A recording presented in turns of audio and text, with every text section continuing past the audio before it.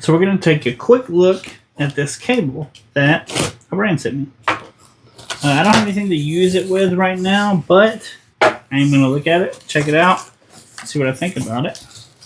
So a giant roll. It's going to come with the roll itself, 2 gloves, and a pair of snips. This thing is put together really nicely. I was worried about frays or anything like that.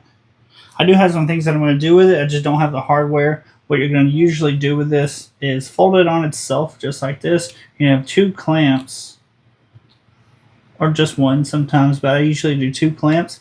Pretty much you're going to clamp it together like that. And that's how you put these kind of wires together. This thing is going to hold way more than I thought it was going to. I'm going to test the snips out here at least. These suckers in here. Like butter. Really nice, clean cut. My thumb behind it. Yeah, nice cable. I think it said like 12,000 pounds or something like that. I have to go look at the listing again. Those snips are worth it because I don't think I have plenty of pliers, but I don't think I have anything that would not be hurt by this because this is so thick. I wouldn't want to damage my regular pliers with it. And goes with some gloves too. That's this wire. I'm Jace. I'll see you next time.